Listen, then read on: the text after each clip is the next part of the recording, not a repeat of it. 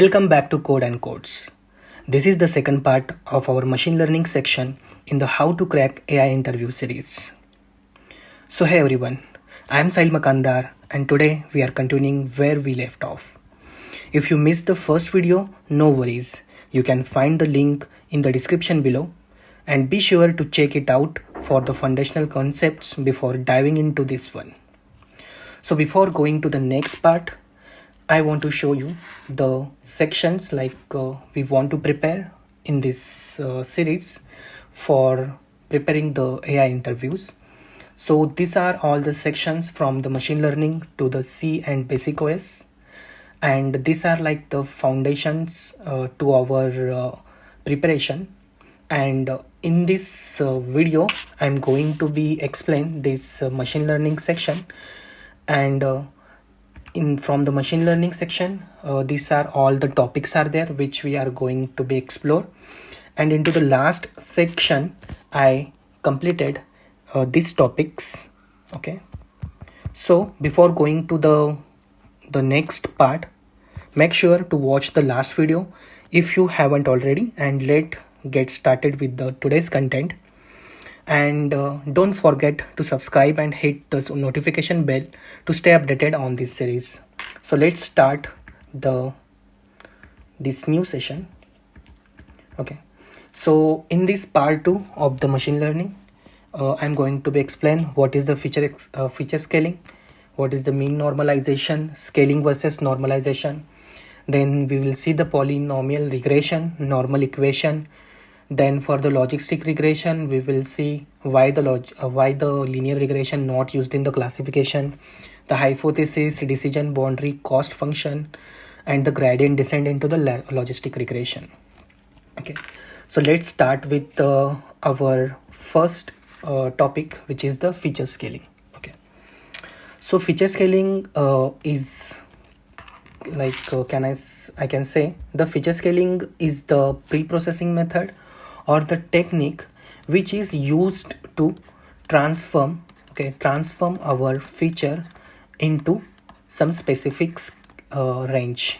Okay, so it is used to transform our feature into some specific range. Okay, so here you can see what is the significance of that, like why we need to do this transformation of this feature into some specific range. Okay, so here this thing I want to explain with you one example. So let's continue this example of housing price prediction. Okay, so suppose in this example we having the two features. One feature is the number of the bedroom and one feature is the size of the house. And suppose this number of the bedrooms are ranging from 1 to 5, and the size of the house, suppose it is ranging from 100 to 1000 feet square. Okay, so if you can able to see this number of bedroom range, it is very small, it is just 1 to 5. And if you see the size of the house, this feature range is the very large as compared to this feature. Okay, so here you can able to see some different scale. Okay, so because of this different scale into the feature, what will happen when you will train this model and when you will plot this cost function with respect to the iteration, so it look like this. Okay, so this is your cost function j with respect to the gradient descent, and this is the number of the iteration where we are updating the each parameter theta. And when you will plot this cost function, it will looks like this, the skewed one. Okay, like this. Okay, so what will happen when you are updating the parameters theta? Okay, suppose at the first step all your theta, suppose it is initialized here. So at that time, in order to reach this global minimum, it will take the too much time. Okay, because of this skewness. Okay, it will take too much time or too much steps actually it will take. Okay, so why actually it is taking this much time or this many number of the step? Because of whatever the features are there, it is on very different scale. Okay, Means some features having the scale which is very less, some features having the scale it is very large. So what is the solution for that?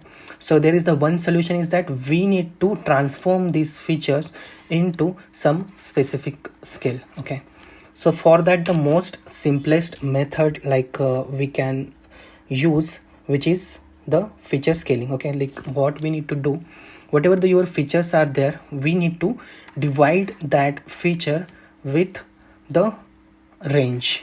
Okay, whatever the range it is there.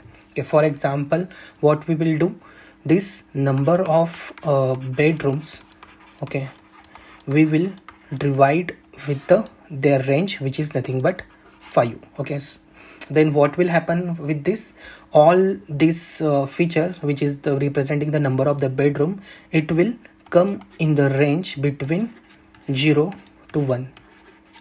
Okay, then the next is the next feature is our size of feature. We will do the same. Okay, so all the features which is belong to this size of the house, we will divide it by its range, which is nothing but the 1000 feet square. Okay, so after doing that, in the same way, all these features which will come into the range 0 to 1. Okay, so here you can see, means initially the features are into the very different scale, but when we will apply this feature scaling thing, okay, it will come into the specific range, which is the 0 to 1. So because of that, what will happen, when you will pre-process your feature in this way and you will train your model and you will plot the gradient descent with respect to the cost function. Okay, so at that time you will get the plot looks like this, which is not the skewed one. Okay, and even your theta parameters, it is initialized somewhere here. Okay, it will take very small steps or less number of steps in order to reach this global minimum. Okay, so because of that, the feature scaling is very important. Okay, so like that question, it may be asked by the interviewers, why the feature scaling is important. Okay, so this is all about the feature scaling. Okay, so now we will move to the next topic, which is the mean normalization. Okay, so as the feature scaling, so the mean normalization also, with this also we are going to do transform our feature, but in the mean normalization only the difference is that along with the scaling we are giving the statistical property to each of the feature. Okay, so this term actually you need to keep in mind. In the normalization we are going to be giving some statistical property also. Okay, so what and all this statistical property actually we are assigning to the feature with this transformation, it is the statistical property the zero mean, okay, or the one variance, which is nothing but standard deviation. Okay, so what will happen in the mean normalization, whatever your features are there, okay, if you apply the mean normalization on that, then this all the features will have the zero mean, okay, which is this the 0, and the standard deviation is the 1. Okay, means all the features will be distributed on this range of the 1. Okay, so means graphically it is shown like this. Okay, so this is also kind of the normalization can be used for the pre-processing one. Okay, so if we want to understand like how we can apply the mean normalization, so for this also we can use the same example. Okay, or suppose this is example is there where you having the two features x1 and x2, and these are the feature values are there, and this is the example. Okay, so this is the example 1, this is the example 2, and this is the example 3, and so on. Okay, So this is the whole actually example 1 and example 2, example 3, example 4. Okay, so how we can apply the mean normalization? The formula for the mean normalization is x minus mu divided by sigma. Okay, so this mu is computed, mu is nothing but mean, and it is computed by 1 upon yum. So yum is the number of the examples. Summation of I is equal to 1 to yum, okay, xi. Okay, like that the mean is gets computed, and the sigma, okay, and the sigma, it is computed as max of the future minus mean. Okay, so if I want to mean normalize this first feature, okay, which is from the example 1, okay, the first feature, okay, how I will do this? I will do x minus mu divided by sigma. Okay, so this mu is computed as this, whatever this these features are there. Okay, I need to do the summation of that, and I need to divide with the number of example. So this mu is computed as 1 plus 2 plus 3 plus 4 divided by 4. Okay, so this is become 10 divided by 4, right? 10 divided by 4, it is become around 2.5. okay, then what I need to do?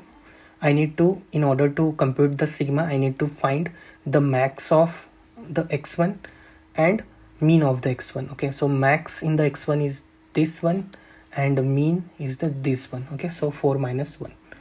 Okay, so sigma will become the 4 minus 1, which is nothing but 3, and this will become x is nothing but this first feature 1, then 1 minus 2.5, which is the mu, divided by sigma is the 3. Okay, so it is like 1 minus 2.5, how much it is? Minus 1.5. okay, minus 1.5 divided by 3, which is minus 0.5. okay, like that.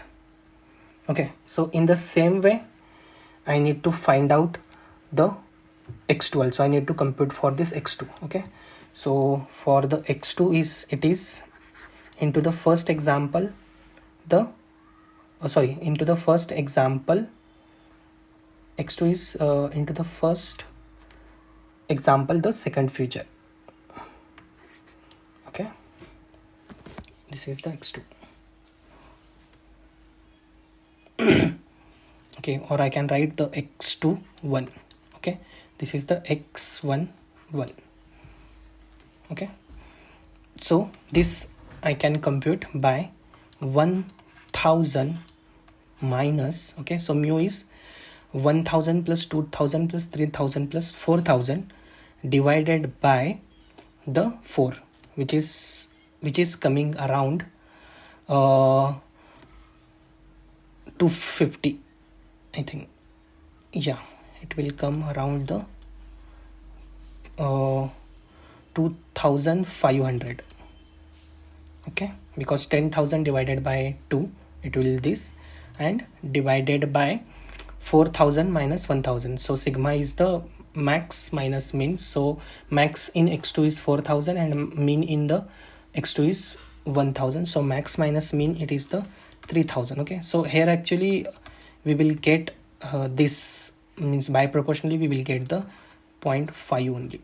okay, because even the feature value is into the different scale, but in the proportion they are into the same. okay, so in that way we can able to apply the statistical property which having the mean 0 and the standard deviation 1 by using the mean normalization. okay, Yeah, so this is all about the mean normalization. So let's move to the next topic, which is the scaling versus normalization. Okay, so this is kind of the one of most common interview question, like what is the difference between the scaling and the normalization. Okay, so when you are doing the scaling, so at that time, as I said, what you are doing, you are transforming your features into the some specific range. Okay, so it is just the transformation of your feature into the some specific range without assigning any statistical property, which is called as the scaling. Okay, and the normalization, it is on the other hand.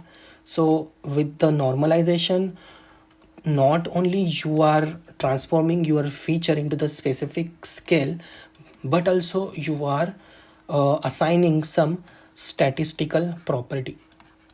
Okay, statistical property with normalization.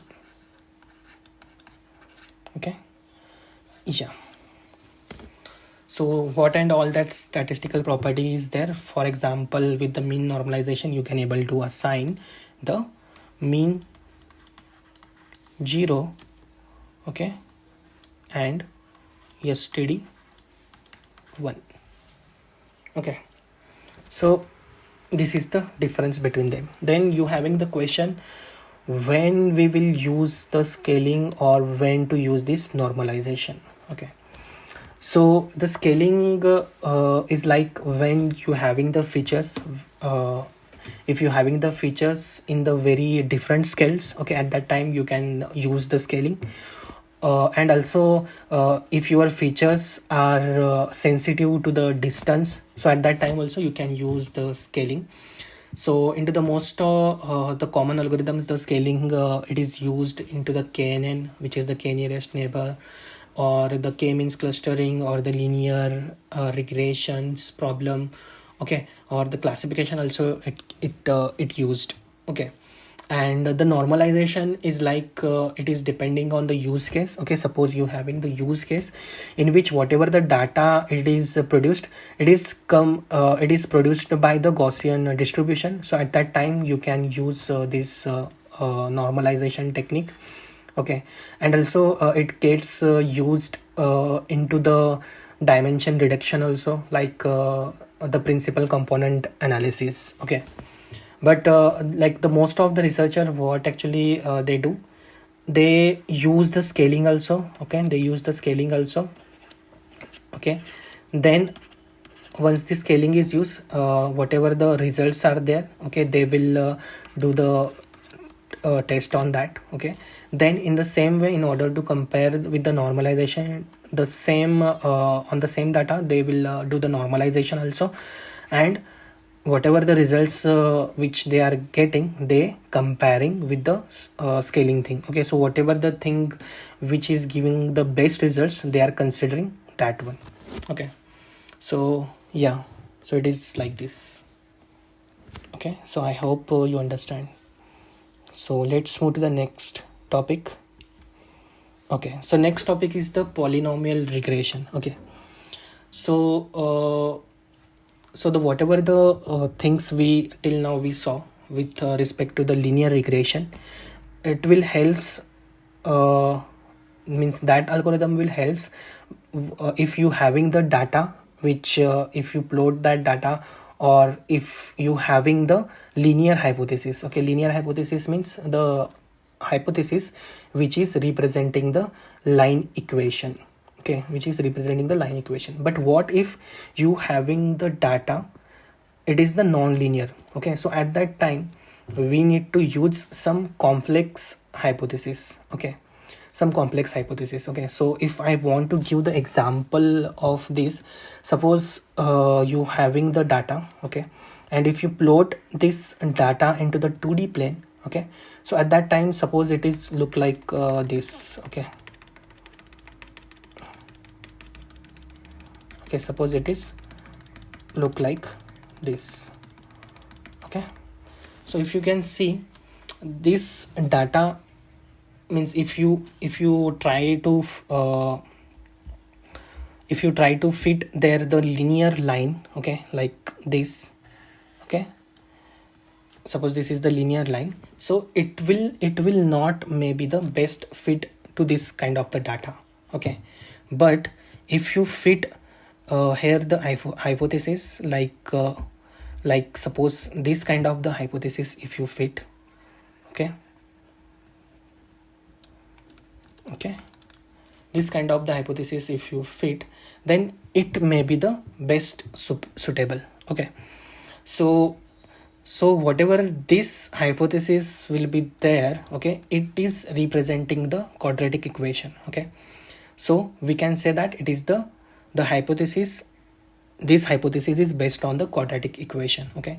So we can say that in order to find out this hypothesis, we need to compute the hypothesis in this way: h of theta x is equal to theta 0 plus theta 1 x1 plus theta 2 x1 square, okay, like this.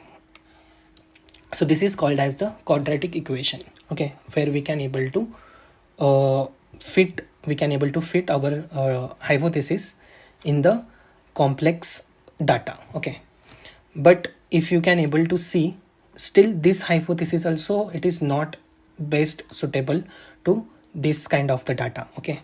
So what if we create the hypothesis in this way, okay, like this way, okay, like the sine wave, if you can see. So this kind of the hypothesis, it is the representing the cubic function, okay. So this one means whatever the earlier actually I shown, this is the quadratic function, okay, quadratic.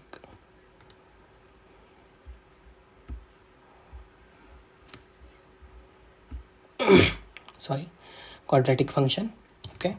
And this hypothesis, which I'm representing with the blue line, which is the best suitable for this kind of the problem, this hypothesis is the cubic, okay. And this one we can able to compute with h of theta x is equal to theta 0 plus theta 1 x1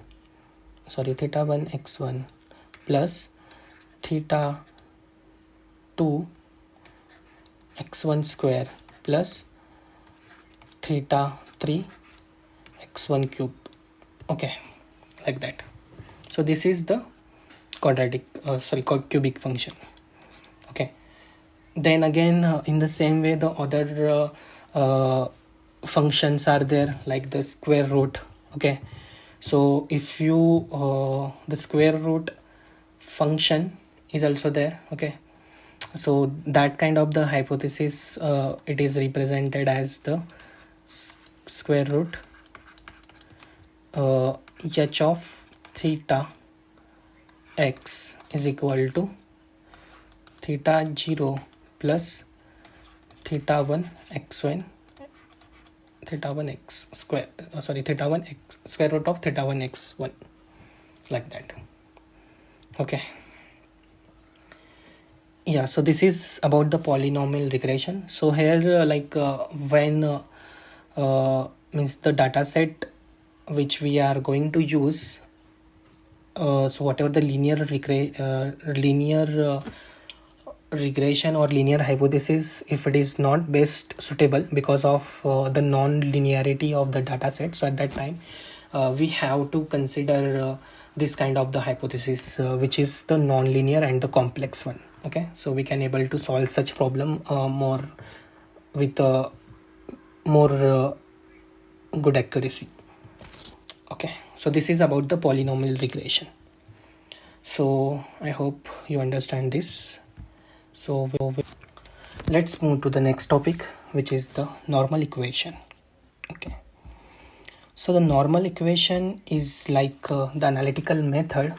So with this we can able to get rid of the gradient descent, okay. How? So with this method, okay, means it will give one mathematical equation, and with that we can able to find out the theta parameters into one shot. Okay, so if I tell you the gradient descent thing, okay, so inside the gradient descent, if you see, okay, we need to, means it is kind of the repetitive approach. Okay, we need to means there are the n steps are there. Okay, and from that n steps actually we will reach to the global minimum. Okay, but in the case of, so this is the gradient descent case, and in the case of the normal equation, okay, so in the normal equation what actually it is happen, instead of doing this step by step thing, okay, instead of doing this step by step thing or the repetitive approach, in the one shot only we can reach to the global minima, okay, with the normal equation. Okay, so how actually we can able to compute the parameters values, the optimal values of the parameters with the normal equation, so that we will see with the help of housing price prediction example. Suppose this is the data set, it is there. Okay, and this is the example 1, this is the second example, this is the third, and this is the fourth example.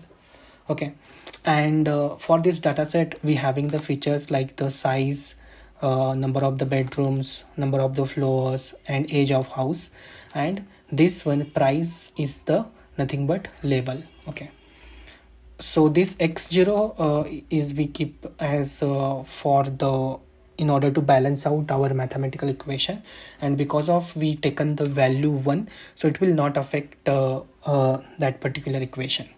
Okay, so now next is, if we convert this data set into the vectorization format, into the matrix conversion, so my x will become like this. Okay, so this one is the my x, means x will represent all the parameters. Okay, whatever these parameters are there, it will represent, and my y will be represent this one. Okay, this will be my y. Okay, so the normal equation, what actually it will do, it will analytically it will solve the thetas by this, by taking this x and the y matrix. How it will find out, it will find out the all the thetas. Okay, so thetas will be also get represented by the matrix like this. Okay, theta 0, theta 1, theta 2, and theta 3. Okay, it will get represented as x transpose x of inverse, okay, x transpose y. Okay, so this is the mathematical equation for the, to solve the thetas. Okay, so if we compute this equation, we will get all the parameters, the optimal parameters of the theta with the normal equation. Okay, so now you having question like why we need to use this kind of the repetitive or repetitive algorithm. Okay, like in the one step we can able to find out the theta's values with the normal equation, but why the people are using this gradient descent? Okay, so for this like what will happen, so even the normal equation can able to find out the thetas into the one step, but if you can see, it is using the inverse operation. Okay, here. Okay, so this inverse operation actually it will make this algorithm very time consuming and very costly, because to take the inverse of the matrix which having the which having the elements n by n, the complexity for this is the big O of n cube. Okay, but if you can see inside the machine learning or the deep learning, there will be the features into the millions. Okay, or even if it is the 1,000 feature or 100 features will be there, so you can check like how much complex it will be there and how much time consuming and costly if we use the normal equation for the, in order to find out the thetas. So there is so the choice of using the normal equation, it is not good. Okay, so because of that, so all the ML researcher people, developers are using this gradient descent only. Okay, so I hope you understand this thing. Okay, yeah, so now let's move to the next one, which is the logistic regression. Okay, yeah, so so into the previous session or the slides, so the means the algorithm which we saw, which is the linear regression. Okay, so the logistic regression is kind of the algorithm. Okay, it is used for the classification. Okay, and the linear regression, it is kind of the algorithm, it is used for the regression kind of the problems. Okay, so logistic regression also it is gets used into the regression, but for the logistic regression it having some specific property. Okay, so what is that property? So the hypothesis for the logistic regression means when you predict by using the logistic regression, so whatever the output you will get, it is in the between the range of the 0 to 1 only. Okay, so that is the one property of the logistic regression. Okay, so yeah, so that is the one property for the logistic regression. Okay, so whatever this thing is there, okay, it is means whatever the output will give from the logistic regression, it is into this range only. Okay, so here first what we will do means this logistic regression like most likely used for the classification thing, where the y means whatever the label it is there, it is either belong to the 0 or it is belong to the 1. Okay, so first what we will see before going to the intuition of the logistic regression, we will see like why like linear regression is not used into the classification kind of the problem. Okay, so in order to give the intuition behind this, I want to take the example of suppose the brain tumor classification by the size of the tumor. Okay, so suppose we having the data set. Okay, suppose I having the data set where I having only one feature which is representing the size of the tumor. Okay, and there are the two classes are there. Okay, so for that this y-axis will represent the class which is nothing but the 0 means the normal tumor and 1 means the abnormal tumor. Okay, and here we having the x which is representing the size of the tumor. Okay, so this is the class. Okay, so suppose we are in this classification problem, we are going to use suppose regression algorithm in this if we are using here. So what will happen, that first we will see. Okay, so suppose in this we having the data points like this. Okay, like this we having the data points. Okay, and with the linear regression, suppose we found the hypothesis in this way. Okay, in this way, and what actually we did, suppose we keep some threshold value here. Okay, for example 0.5, suppose here we keep, and what we decide, like if our linear regression hypothesis will get the value less than 0.5, so that one will be the belonging to the normal tumor, and if it is greater than 0.5, that is belonging to the whatever the abnormal features. Okay, so kind of the classification thing actually we are trying to do with the regression. Okay, so here what will be the problem will happen if we are going to use the linear regression, so that first I will tell you. Okay, suppose this kind of the data, and our linear regression, suppose it is working very well. Okay, but into the next batch of the data, okay, suppose we are training the model, but into the next batch of the data, suppose in the same way, this whatever the original data points are there, that we will consider here. Okay, and into the next batch of the data, suppose the data points it will be there which is very very far from the whatever the actual points are there. So in that case, what will happen, initially our hypothesis is like this, where we are getting the good prediction. Okay, but because of this particular data point which is very far from the whatever the initial data point, so because of that it can able to influence our our hypothesis in this way. Okay, means it will do like this. Okay, so here what will happen means, if we keep the again the 0.5 threshold here, so because of this kind of this very small changes into the data set, okay, into the hypothesis, it can maybe affect our prediction into the very very wrong way, because initially whatever the data points which we are correctly classifying as the normal and the abnormal, so because of that change into the hypothesis, it can be affect our prediction into the bad way, very bad way. Okay, so because of that, for the classification problem, okay, using the regression thing is not the good choice.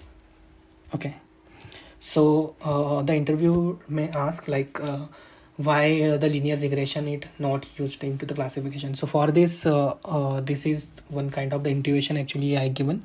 And another thing is like in the classification, for example into the binary classification, we know like whatever our predictions or the labels are there, it is either belong to the 0 or belong to the 1. Okay, and if we are going to use the linear regression, it will be give the value less than 0 also, and it can be give the value greater than 1 also.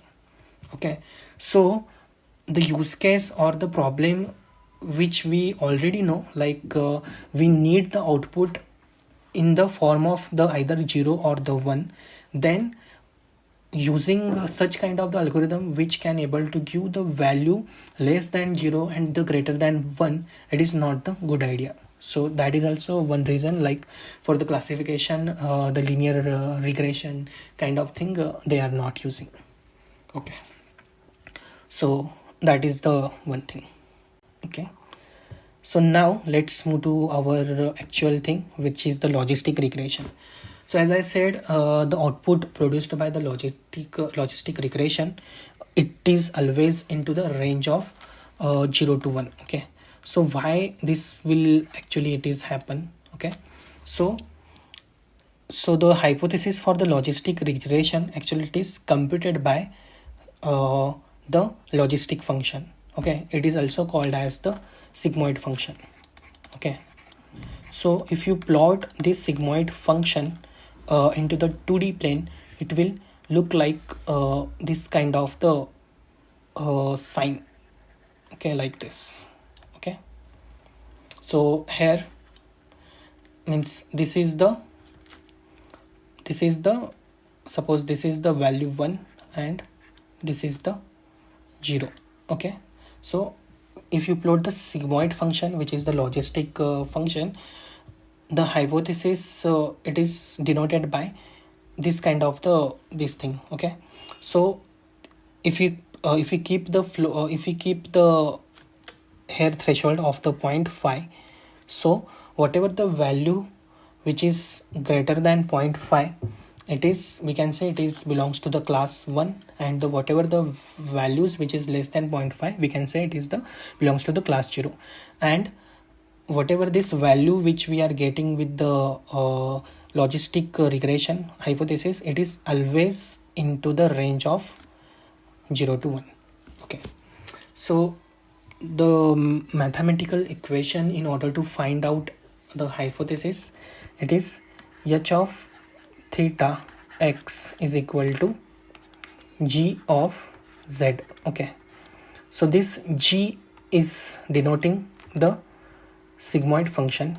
Okay, and this z is nothing but our theta transpose x.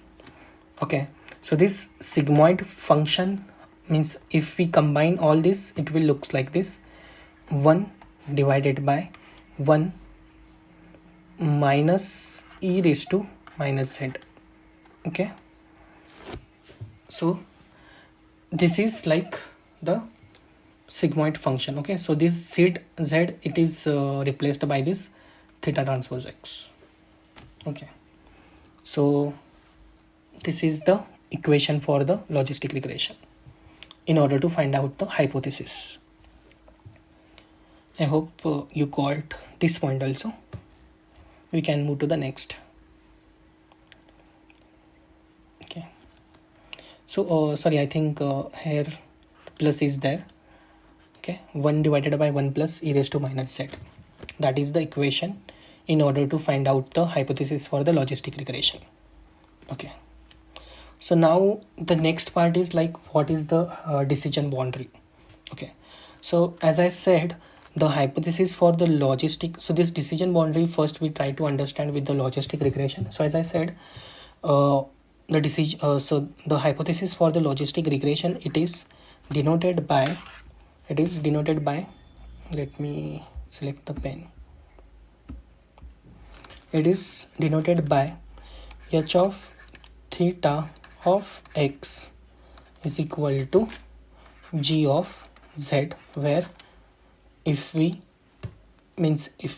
solve this g, means g is denoting the sigmoid function, it will look like 1 divided by 1 plus e raised to minus z. Okay, so this z is nothing but our theta transpose x only.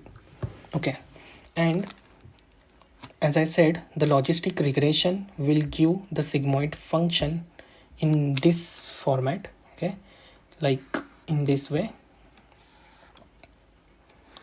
Okay, in this way, where it is always between the range of 1 to 0. Okay, like this. Okay, so if I keep the threshold here of the 0.5, so I can say if my h of theta x is greater than equal to 0.5, okay, I will get the prediction as 1, right? And if my h of theta x is less than 0.5, then I will get the prediction like 0. Okay, yeah. So now what we can do in order to illustrate this decision boundary, okay, what actually we can do. Okay, yeah, what actually we can do, we will plot this sigmoid function which will replicate this property. Okay, so suppose this is my y. Okay, this is my x. Okay, means this is suppose my theta transpose x. Okay, which is representing z only, and this whatever this theta transpose x it is there, it is belongs to the 0 and 1. Okay, and my sigmoid function will looks like this.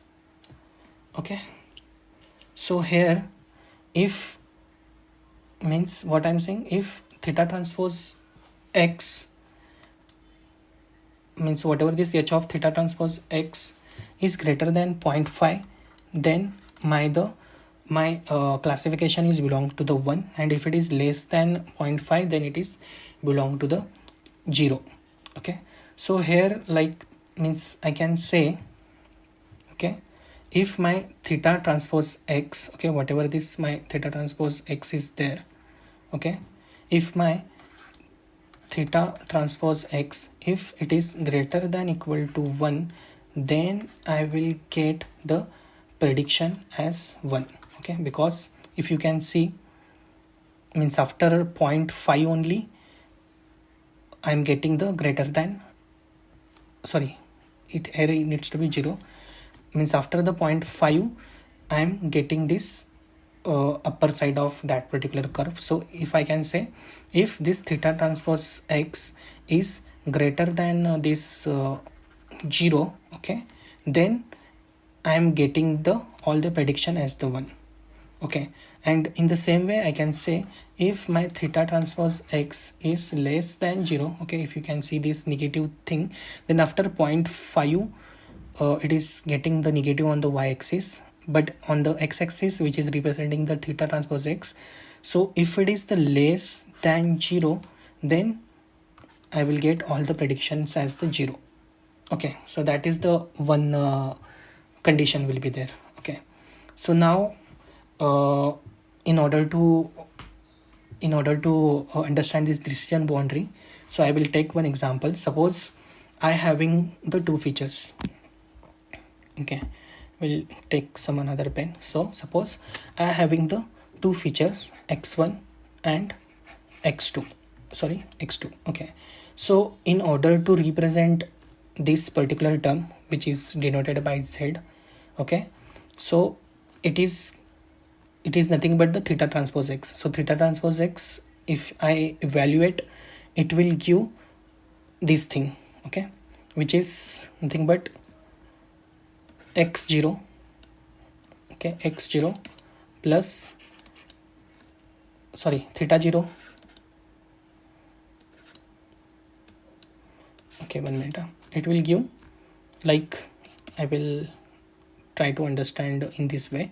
Okay, if I do the matrix representation of this, it will look like this. Okay, here the x1 will be there, here the x2 will be there, okay, and here it will be the theta 0 will be there, okay, theta 1 will be there, and theta 2 will be there.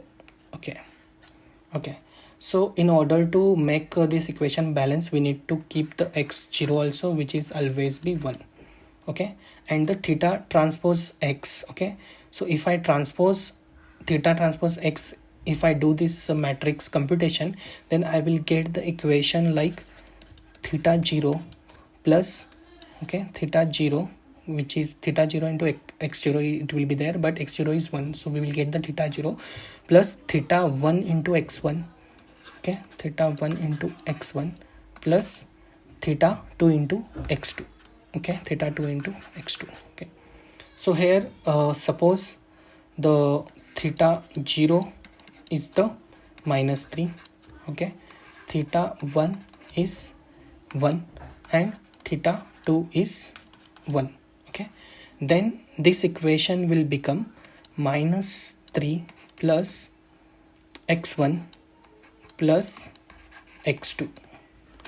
Okay, so means this whole equation is representing what? It is representing theta transpose x. Okay, so here actually what we are saying, if theta transpose x is greater than equal to 0, then it is 1. Okay, if theta transpose x is greater than, then it is 1, otherwise it is 0. Okay, so I can write, if -3 plus x1 plus x2, if it is the greater than equal to 0, then I will get all the predictions is y is equal to 1. All the prediction is 1. Okay, so this equation I can rewrite, x1 plus x2 is, if it is greater than equal to 3, because this -3, if I move to the right side, it will become +3, and if this thing will be there, then only I will get all the prediction belongs to the 1. Okay, so if I plot this, means whatever this equation it is there, we can represent with this the line equation. Means if I plot this particular hypothesis into the 2D plane, then it will look like this. Okay, so this is the, suppose 0, then 1, 2, then 3, okay, and this is the 1, 2 and 3, okay, and this particular x1 plus x2 greater than x1 plus x2 greater than equal to 3, then I will get the hypothesis like this. Okay, so here means whatever the features are there here, okay, so whatever the features are here, this will be going to be predicted as 1 because of they are satisfying this equation, and whatever the features will be there, they are going to be predict always it is going to be belong to the class 0 because they are satisfying this condition. Okay, means in the same way, if I can write x1 plus x2 if less than 3, then they will belongs to the 0 class. Okay, so whatever this line equation is there, okay, which is nothing but x1 plus x2 is equal to 3, this is called as the decision boundary, because this boundary only going to be decide like which data points are belong to the class 1 and which data points are belong to the class 0. Okay, so whatever this decision boundary is there, it is always the property of the hypothesis. Okay, because it is depends on the parameters. Okay, suppose this parameters value, if I change whatever this theta 0, theta 1, theta 2, then I can get some different decision boundary. Okay, so and also even if I having only this kind of the decision boundary but not any data points are there, but still I can able to say like this region is always belong to the class 1 and this region is always belong to the class 0. Okay, so because of that, the decision boundary is the depends on the hypothesis, like the parameters. Okay, so this is the explanation about the decision boundary. Okay, I hope you got the point. Okay, so let's move to the next topic, which is the cost function. Okay, so now this is kind of very okay, we are going to see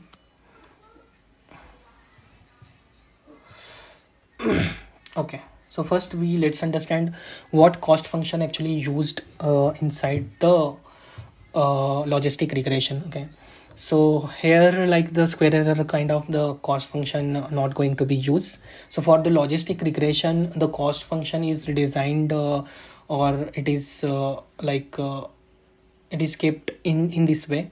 Okay, so when your label, which is nothing but y, when it is belong to the 1, then the logistic cost function for this is represented as minus log h of theta of x. Okay, and when your y is the belong to the 0, then the cost function it is taken as minus 1 minus y, okay, log of h of theta of 1 minus log of 1 minus y log of 1 minus h of theta x. Okay, so it is represented in this way.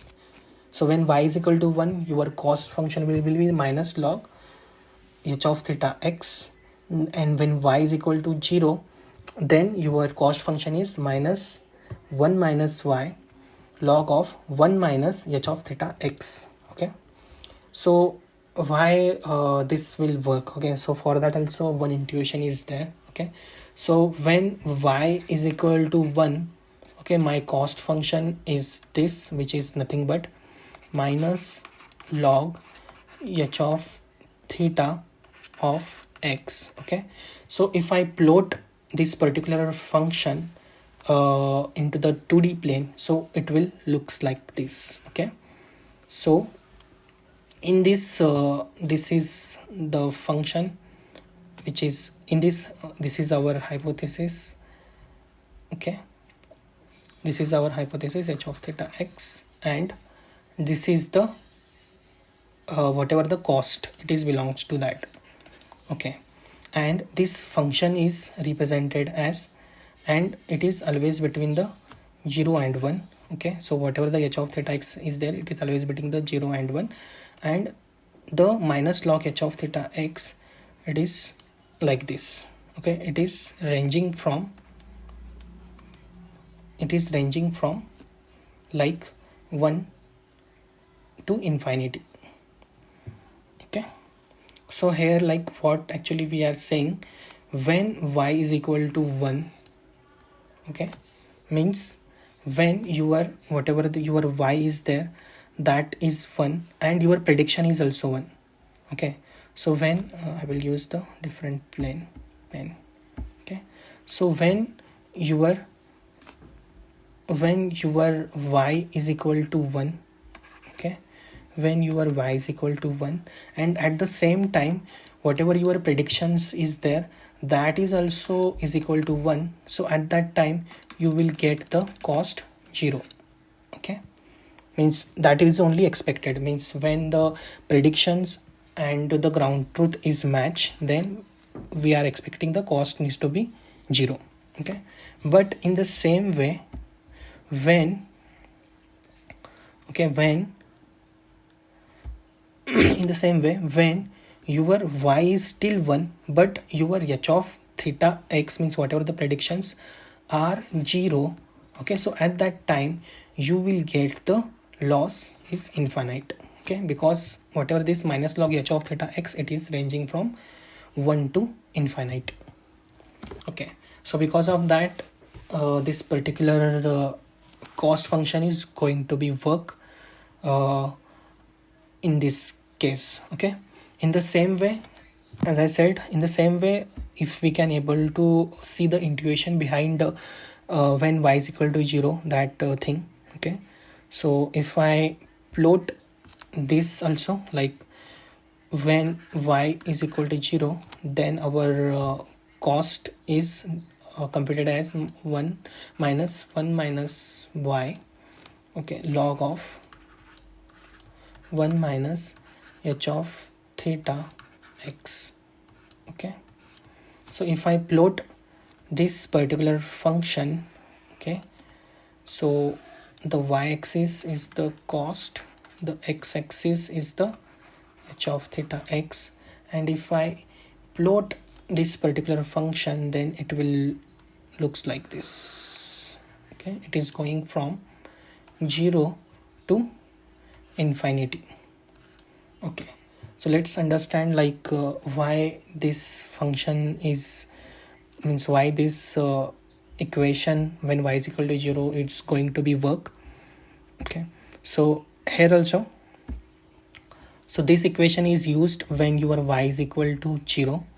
Okay, so when your y is equal to 0 and whatever your h of theta x is there, that is also 0, then at that time you will get the cost 0. Okay, but when your y is still 0 but you are getting the predictions, which is the h of theta x, that is the 1. Okay, so at that time you will get the cost as the infinite. Okay, means whatever the biggest cost it is there, that we will get. Okay, so in the both the cases it will going to be work like when y is equal to 1 and when y is equal to 0. Okay, so now let's combine this particular cost function into the one formula. Okay, so suppose you having the yum examples. Okay, and at that time how actually it will going to be used. So first we will combine this both into the one example only. So after combining this equation into the one, it will looks like this, means the combined cost function, it will looks like this, which will work in the both the ways, when y is equal to 1 and when y is equal to 0, it will look like this. Okay, minus log, okay, sorry, minus y log h of theta of x minus 1 minus y log 1 minus h of theta of x. So when your y is equal to 1, so this term is going to be activated, which is nothing but log minus log h of theta x, means nothing but this only. And this term is going to be get cancelled, because 1 minus 1 will be 0 and this will be going to be discard.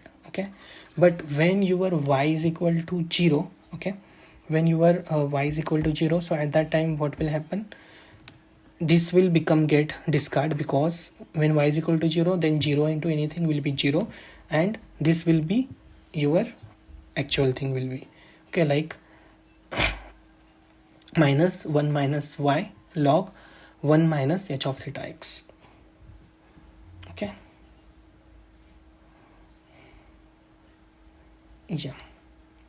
So like that we can able to combine. And the total cost function for the all examples, when you having the yum examples, then the cost function will be become like it will become minus 1 upon yum summation of I is equal to 1 to yum. Then this is will become, means whatever this minus is there, that only we are keeping here outside, so it will become log h of theta x xi plus 1 minus y log h of theta xi. So this is the combined cost function.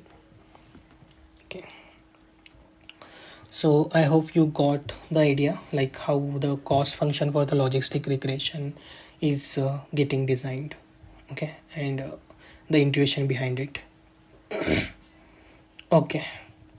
So now let's move to the next one, which is like why the linear regression loss is not used into the logistic regression. So into the linear regression, the loss we are going to be use, the loss which we are going to be use, the most common loss is the square error loss, inside the linear regression.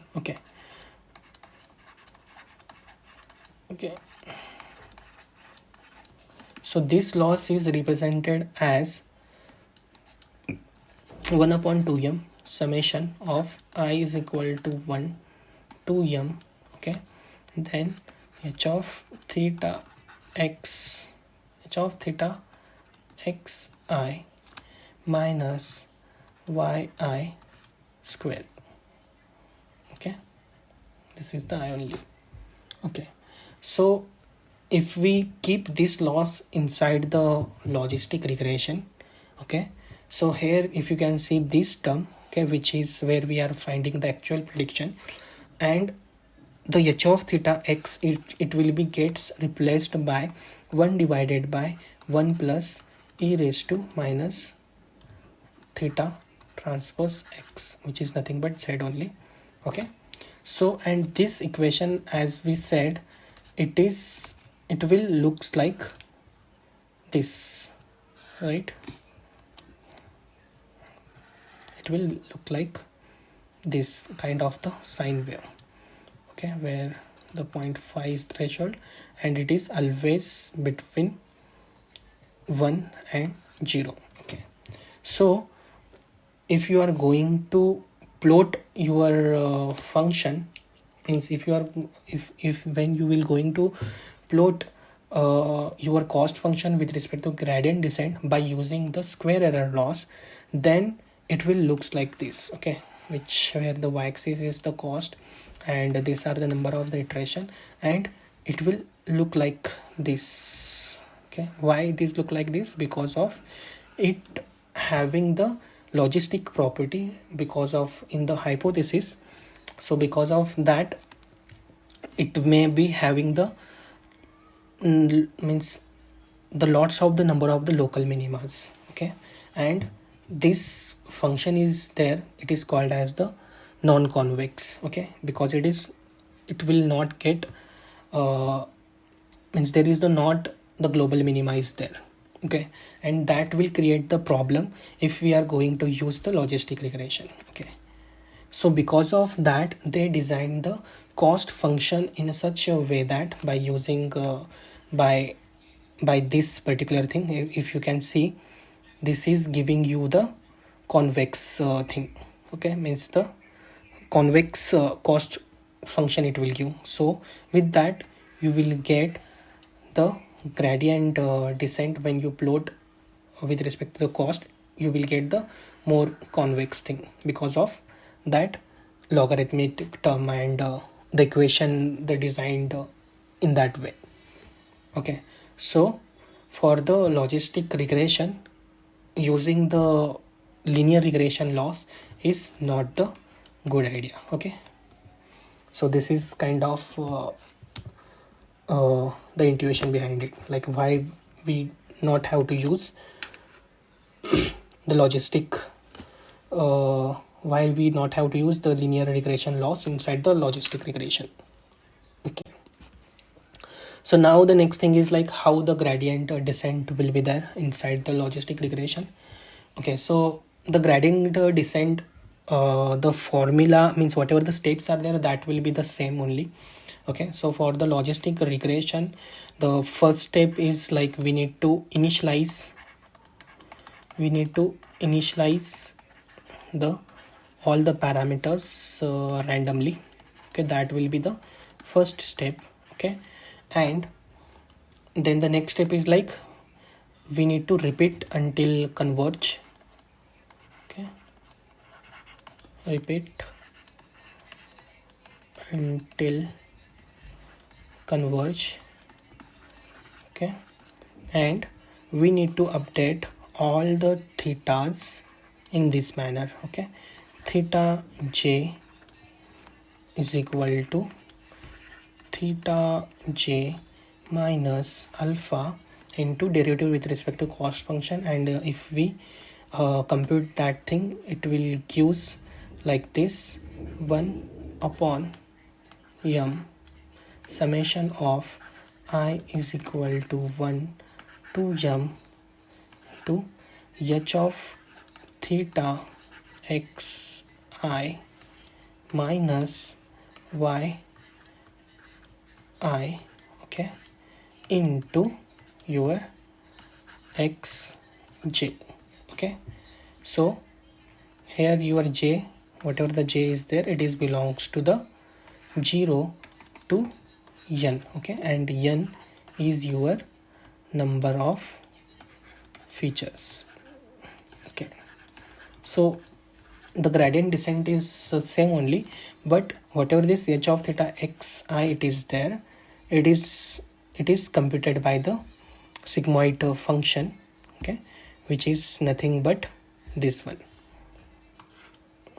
which is nothing but 1 divided by 1 plus e raised to minus z, which is theta transpose x. Okay, so this is all about the gradient descent. Okay, so I think I covered all the topic for this session. Okay, so I hope you get the idea like how the things are there, like the feature scaling, normalization, the difference between that. Okay, also the polynomial regression, normal equation. Okay, how the logistic regression will be work. Okay, and on that also some the internal questions are there, that also actually I explained. Okay, so yeah, so that is done for the today, and please subscribe my YouTube channel and stay tuned. Thank you so much.